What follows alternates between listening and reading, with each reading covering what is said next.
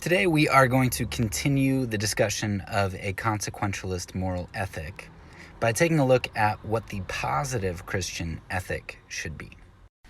I remember when I was in high school, I went to a Christian school, that me and pretty much everybody else in school and in youth group were so nervous and anxious about where we were supposed to go to college. What was God's will for our life? What profession should we be in? Where should we go?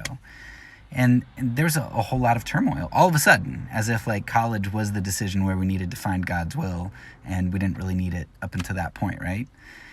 So I remember our youth leader had this fantastic discussion at one point where he said, "Hey, look, you know exactly what God's will is for your life." And he proceeded to go through a number of scriptures. This is God's will in your life, that you abstain from sexual immorality. This is God's will for your life, pray without ceasing, whatever. Tons and tons of passages. It's like God's will for your life is clear. He's given us the means whereby which we are to live. This is in large part where I think the consequentialist ethic shows up and goes wrong. Because we are so concerned about the ends that we need to pursue. I need to become a doctor to get rich to fund my church or to fund missionaries, or I need to, do such and such to accomplish this for God. When God's will for our life is pretty broad in terms of the paths that we can take, but along the path, the actions that we're supposed to have are clear. Our job is to live a faithful life.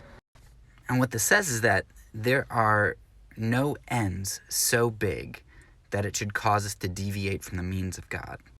And there are no means so small which should cause us to seek something far more profound. The Christian life is a life of living sacrifice and faithful non-compromise. One of the best places that we see this is with King Saul. What was the final straw for him?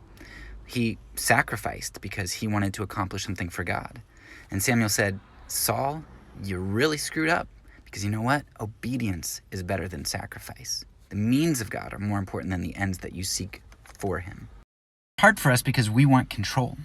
We fail to look at Moses the stutterer or Gideon the man with 300 men, and we fail to look at them and see that it's not us who needs to control things and have the power. Power comes not through the implementation of means, but through the one wielding the means. A blade of grass is powerless in my hands, but in the winds of a tornado, it can kill somebody.